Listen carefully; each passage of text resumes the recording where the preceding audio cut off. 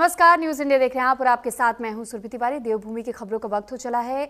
उत्तराखंड साहित्य गौरव सम्मान समारोह में मुख्यमंत्री धामी ने शिरकत की और सीएम धामी ने कार्यक्रम को संबोधित भी किया। ये वास्तव में मेरे लिए एक शुभ अवसर है। कलाकारों और लेखकों को शुभकामनाएं। देहरादून के मुख्य सेवक सदन में उत्तराखंड साहित्य गौरव सम्मान समारोह का आयोजन किया गया, जिसमें कि सीएम पुष्कर सिंह धामी ने भाग लिया। इस अवसर पर सीएम धामी कार्यक्रम को संबोधित करते हुए कहा कि ये वास्तव में मेरे लिए एक शुभ अवसर है। मैं कार्यक्रम के दौरान सम्मानित सभी कलाकारों और लेखकों को अपनी शुभकामनाएं देता हूं। उन्होंने विभिन्न क्षेत्रों में अपनी अद्वितीय प्रतिभा का प्रदर्शन किया है। अपने सार्वजनिक जुड़ाव और योगदान के माध्यम से आपने न केवल उत्तराखंड की सांस्कृतिक और साहित्यिक विरासत को समृद्ध और मजबूत किया है, बल्कि इस विरासत को नई पीढ़ी तक पहुंचाने में भी महत्वपूर्ण भूमिका निभाई है।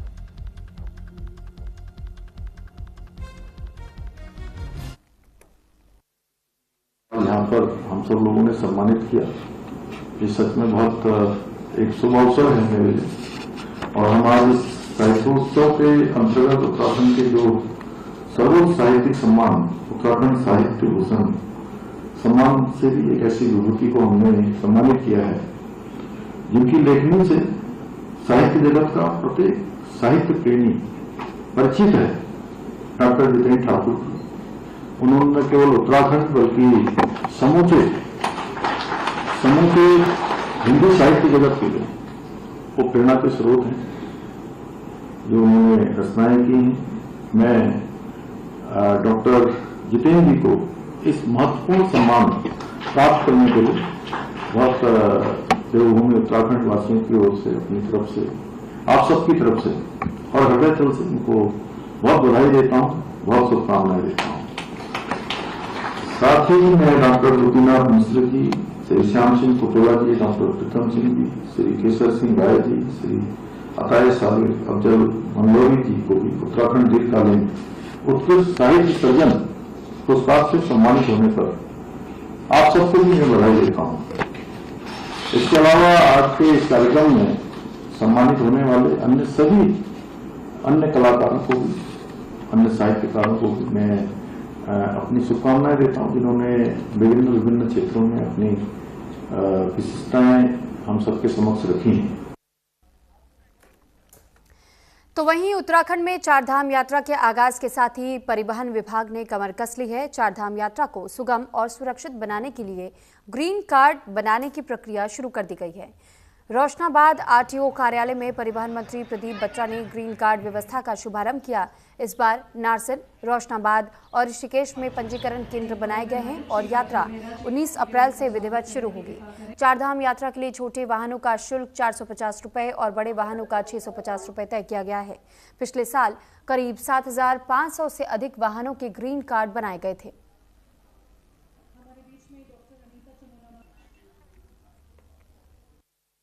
का शुभारंभ कार्यक्रम आज यहाँ पर रखा है और यात्रियों के लिए पूरे इंतजाम किए जा रहे हैं कि यात्रा सफल हो, कुशल हो और सरल हो। इसके लिए ग्रीन कार्ड में अति महत्वपूर्ण है।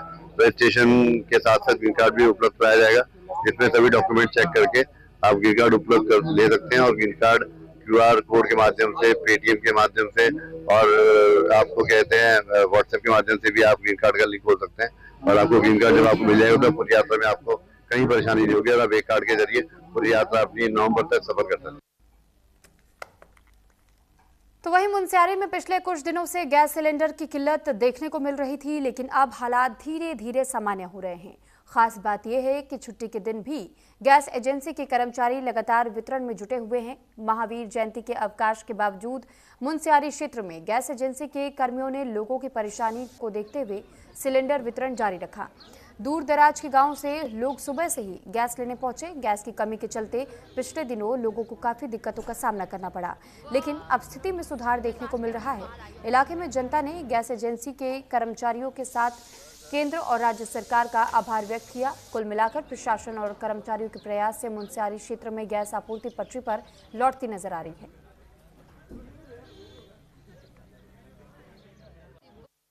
साहब, हम रविवार के दिन भी हमने गैस उतारा है। सभी नागरिकों को गैस बराबर बांटते हैं। उस दिन भी छुट्टी, आज भी छुट्टी है। आज भी गाड़ी आया है और हम लेबर तैनात होकर के बढ़िया ढंग से सबको गैस बढ़िया ढंग से बांटते हैं। धन्यवाद गैस ऑफिस वालों को। धन्यवाद साहब। ये संडे के दिन भी इतना बारिश में हम सिलेंडर बांट रहे हैं, ये छुट्टी के दिन भी कर्मचारी को छुट्टी नहीं मिल रहा है, इतना परेशानी हो रहा है। ना लोगों को, ये कर्मचारी को छुट्टी नहीं मिल रहा, ना खाने का टाइम मिल रहा है, इतना परेशान रहते जनते, इतना यहाँ इतना भीड़ लगा है। मैं लेबर आदमी। कल छुट्टी था, आज भी छुट्टी था। मैंने कल भी गैस की गाड़ी मंगवाई और आज भी छुट्टी था, आज भी गैस की गाड़ी मंगवाई। और यहाँ की जनता को देखते हुए मैंने ये गैस वितरण का कार्य सुचारू रूप से करवा रहा हूँ, आगे भी मैं करवाते रहूँगा। और धन्यवाद करता हूँ उन पत्रकार बंधुओं का जो हमें हमेशा हमारा सपोर्ट कर रहे हैं। धन्यवाद। करने के लिए आए हैं। आज भी स्टेट छुट्टी है और कल भी संडे था, तो आप इसमें क्या कहना चाहेंगे? बहुत अच्छी बात है सर, कल संडे था, कल भी हमें गैस मिलाई। मैं मथुर से आया हूँ सर, गैस लेके, गाड़ी वाला हूँ, गैस लेके आया हूँ। आज भी छुट्टी है सरकारी, फिर भी आज भी गैस दे ही रहे हैं। बहुत अच्छी बात है, ये कर्मचारी में जो है बहुत अच्छी बात रही है। अभी अच्छा लगा, मतलब पब्लिक के लिए जो है अभी अच्छा सोच रहे हैं गैस सर्विस वाले। धन्यवाद। तो वहीं चंपावत में घरेलू और व्यावसायिक गैस की आपूर्ति को लेकर के जिलाधिकारी मनीष कुमार ने स्पष्ट किया है कि वर्तमान में जनपद में गैस की पर्याप्त उपलब्धता है और आपूर्ति व्यवस्था सुचारू रूप से संचालित की जा रही है। उन्होंने जनपद वासियों से अपील की है कि किसी भी प्रकार की अफवाहों पर ध्यान न दें और अनावश्यक रूप से गैस सिलेंडरों का होर्डिंग करने से बचें। उन्होंने सभी उपभोक्ताओं से अपील की है कि निर्धारित रोस्टर का पालन करते हुए शांतिपूर्ण और व्यवस्थित ढंग से गैस वितरण प्रक्रिया में सहयोग करें, ताकि हर एक पात्र परिवार एक समय पर रसोई गैस की आपूर्ति सुनिश्चित की जा सके।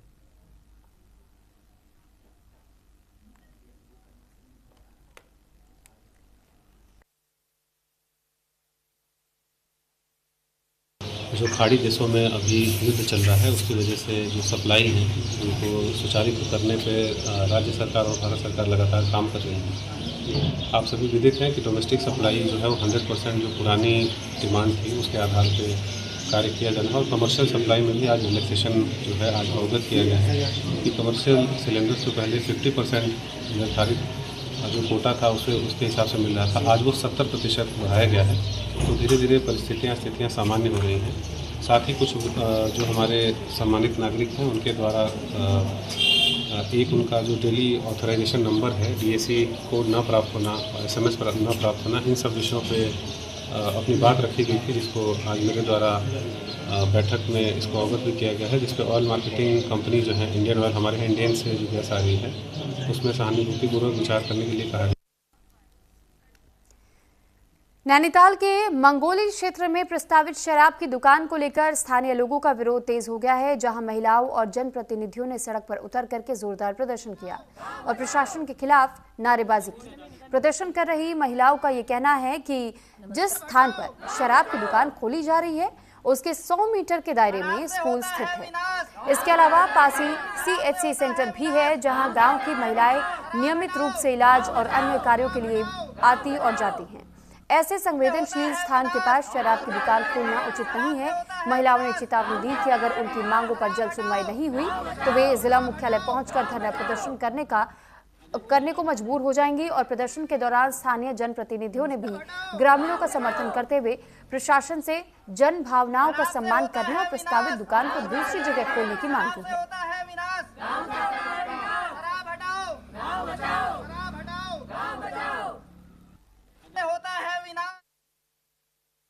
मैं अपने न्याय पंचायत खुरपाताल की ओर से जिलाधिकारी महोदय को एक संदेश देना चाहती हूँ। कल हम आपके यहाँ एक ज्ञापन देने आ रहे हैं, जिसमें हमारे सारे जनप्रतिनिधि और हमारे समस्त क्षेत्र की जनता और महिलाएं, पुरुष, भाई बहन सभी आ रहे हैं। और हम चाहते हैं कि हमने इससे पहले भी यहाँ पे ज्ञापन दिया, जिस पर अभी तक कोई कार्रवाई हमें सुनने में नहीं आई।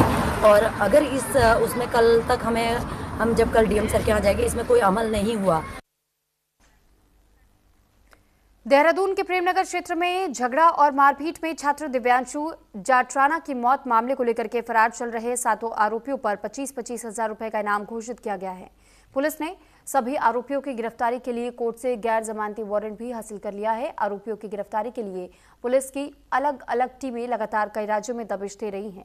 अभी तक इस घटना में शामिल 4 आरोपियों को गिरफ्तार कर जेल भेजा जा चुका है, जिनके कब्जे से घटना में इस्तेमाल लाठी डंडे भी बरामद कर लिए गए हैं। और बता दें कि बीती 23 मार्च की रात में प्रेमनगर के केहरी गांव में छात्रों के 2 पक्षों के बीच में विवाद और मारपीट हो गई थी।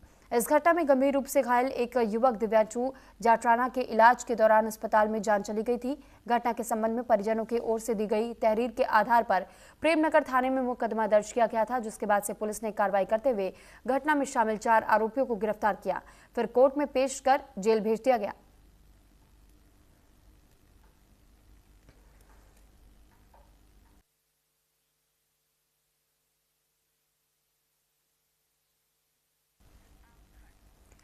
हरिद्वार के बहादुराबाद क्षेत्र के रोहलकी गांव में गुलदार का आतंक जारी है, जहां गुलदार के हमले में एक युवक गंभीर रूप से घायल हो गया, जिसके बाद से स्थानीय लोगों ने अफरा तफरी में घायल युवक को इलाज के लिए अस्पताल में भर्ती कराया गया है। वहीं गुलदार के हमले से पूरे इलाके में हड़कंप मच गया। साथ ही वन विभाग की लापरवाही पर अब गंभीर सवाल खड़े होने लगे हैं कि किसी बड़ी अनहोनी से पहले वन विभाग क्यों नहीं जाता और वन क्षेत्र की सीमाओं पर ताबड़तोड़ तारबाड़ या फिर स्थायी समाधान क्यों नहीं किया जाता है। ग्रामीणों ने आरोप लगाया है कि कई बार वन विभाग को क्षेत्र में गुलदार दिखाई देने की शिकायत की गई है, लेकिन कोई कार्रवाई नहीं की गई।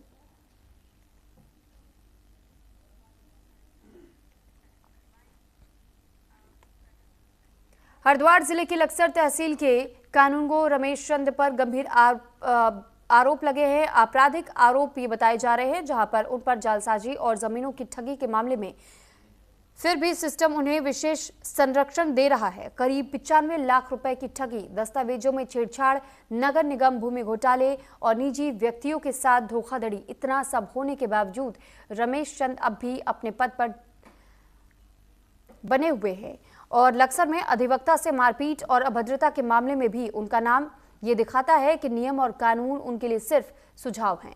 आमजन सवाल कर रहे हैं कि क्या हरिद्वार प्रशासन नजरअंदाज और मेहरबान मोड पर काम कर रहा है या मिस्टर कानूनगो रमेश चंद सचमुच सिस्टम के मालिक बने बैठे हैं।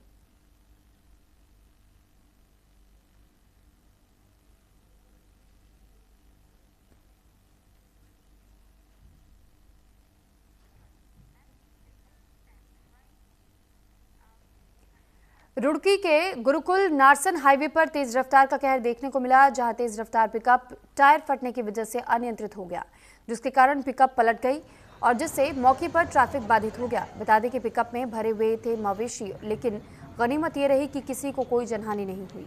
तभी पुलिस को सूचना देकर के राहगीरों और स्थानीय लोगों ने तुरंत ही मदद की। वहीं सूचना मिलते ही मौके पर पहुंची पुलिस और स्थानीय अधिकारियों ने घटनास्थल का निरीक्षण कर राहत कार्य शुरू किया।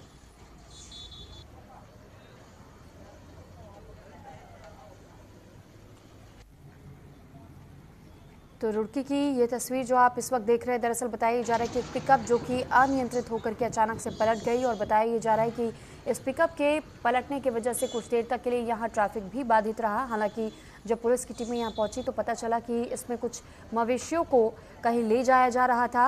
हालांकि इसमें अब तक की ये राहत भरी खबर ये है कि किसी मवेशी को भी किसी प्रकार की कोई चोट नहीं आई है। तो गुरुकुल नारसन ये हाईवे बताया जा रहा था, जहाँ पर ये पिकअप अचानक अनियंत्रित होकर के पलट गई।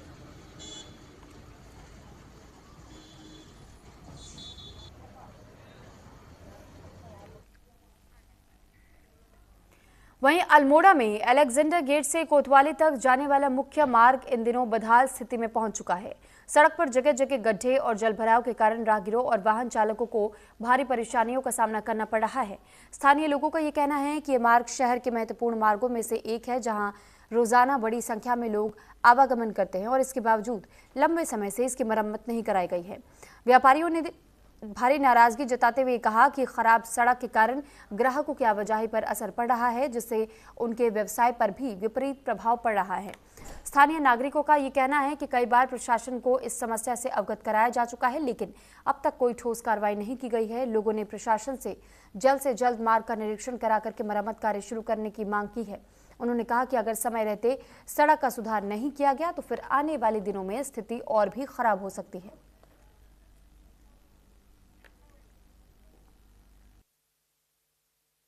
की स्थिति बहुत दयनीय हो चुकी है। हमने शासन प्रशासन के सामने कई बार इस मांग रखी है कि इस रोड को दुरुस्त किया जाए। कुछ समय पूर्व यहाँ पर पर्यटन सचिव भी आए, उन्होंने भी इस रोड की स्थिति देखी। तो अभी सुनने में आ रहा है कि कुछ समय से काम शुरू होना है, लेकिन वो दिन नहीं आ पा रहा है जो ये काम शुरू हो पाए। हर विभाग से इन्होंने डिटेलिंग ले ली है। बताया जा रहा है कि सब तार और रास्ते बिल्कुल तरीके से यहाँ पर स्थापित किए जाएंगे, लेकिन शासन की ओर से अभी तक कोई ऐसा कार्य नहीं किया गया है। निर्माण के लिए तो काफी मैंने कहा भी, लोगों की जानकारी भी डाली इस चीज को। ये रोड की कंडीशन बहुत खराब है। ये स्कूल का बच्चों का रास्ता है, आम दुकानदारों का भी रास्ता है, और हमें भी बहुत असुविधा होती है क्योंकि आने वाले समय में यहाँ पे धूल मिट्टी बहुत उड़ती है, और ये बरसात के समय में यहाँ पर कीचड़ बहुत हो जाती है। बच्चों को बहुत असुविधा होती है, जिसके कारण ये बच्चे काफी परेशान रहते हैं। और विगत 2-3 वर्षों से हमने कई बार कहा भी, सभासद महोदय से, पार्षद महोदय से भी कहा इसकी विषय कि इसको संज्ञान में लें। ये मैं कहना चाहूंगा कि पूर्व 2 वर्षों से ये रास्ता इतना ज्यादा खराब हो चुका है। देखिए यहाँ पे आवाजाही, हमारे बच्चों के कितने स्कूल हैं यहाँ पे लगातार मतलब बच्चों का आवागमन होते रहता है, गाड़ियां चलते रहती हैं, इतने गड्ढे हो गए हैं, पानी भरा हुआ रहता है। दूसरा यहाँ पे विवेकानंद जी का यहाँ पे हमारा स्मारक, यहाँ जहाँ रहते थे वो, उनका भी है, मल्ला महल भी है, जो हमारी पौराणिक धरोहर को यहाँ पे प्रख्यात पूरे देश में करता है। लेकिन आने वाले देखिए मुख्य द्वार पर ही इतने खड्डे और इतने वो इस तरीके से मतलब शोभा नहीं देता है, और इसलिए हम लगातार मांग कर रहे हैं कि यहाँ पे ये व्यवस्था दुरुस्त हो और रोड जल्दी से जल्दी बने। तो वहीं देहरादून के विकासनगर में नशे के खिलाफ चलाए जा रहे अभियान में दून पुलिस को बड़ी कामयाबी मिली है, जहां थाना सेलाकुई पुलिस ने स्मैक तस्करी के मामले में 3 आरोपियों को गिरफ्तार किया है, जिनके कब्जे से भारी मात्रा में अवैध स्मैक बरामद की गई, और पुलिस ने तीनों के खिलाफ NDPS एक्ट में मुकदमा दर्ज कर आगे की कार्रवाई की जा रही है।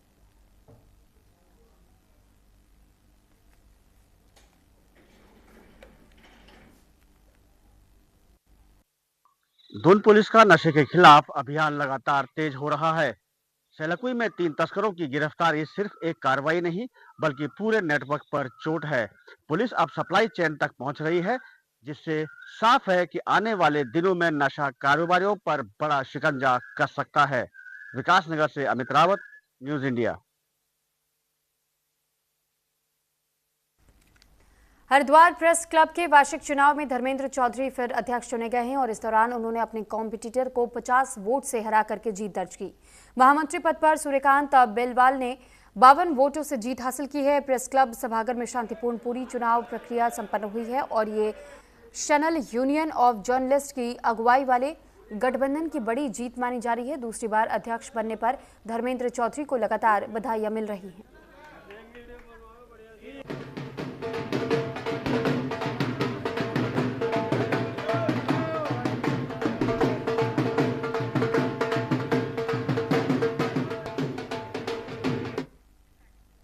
तो देहरादून के राजपुर रोड पर एक दर्दनाक हादसा देखने को मिला, जहां पर रोड रेज के दौरान हुई फायरिंग में रिटायर्ड ब्रिगेडियर के जोशी की मौत हो गई है। जानकारी के मुताबिक ब्रिगेडियर जोशी रोज की तरह ही सैर पर निकले हुए थे, तभी करीब 2 गाड़ियों में सवार लोगों के बीच तेज रफ्तार में पीछा और विवाद चल रहा था।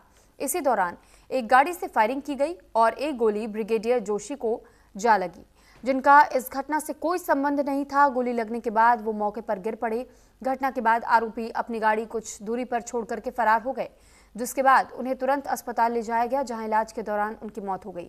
सूचना मिलते ही मौके पर पहुंची पुलिस ने शव को कब्जे में लेकर पोस्टमार्टम के लिए भेज दिया है और मामला दर्ज कर लिया है। आरोपियों की तलाश में छापेमारी की जा रही है। वहीं इस घटना ने शहर की सुरक्षा व्यवस्था पर एक बार फिर गंभीर सवाल खड़े किए हैं।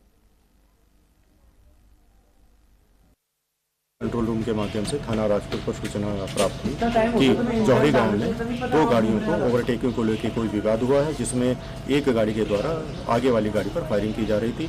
इस फायरिंग के दौरान मॉर्निंग वॉक पर निकले एक व्यक्ति को भी गोली लग गई है और उनको अस्पताल पहुंचाया गया। अब जानकारी में आया है कि उपचार के दौरान उनकी मृत्यु हो गई है। पुलिस के द्वारा समस्त थाना क्षेत्रों में, देहात में, सिटी में नाकेबंदी कर दी गई है। जो गाड़ी है और जो उसमें व्यक्ति सवार है उनके संबंध में सघन चेकिंग की जा रही है और जल्दी ही पुलिस के द्वारा इनको गिरफ्तार कर आगे की कार्रवाई की जाएगी। इसी के साथ फिलहाल इस बुलेटिन में इतना ही। नमस्कार।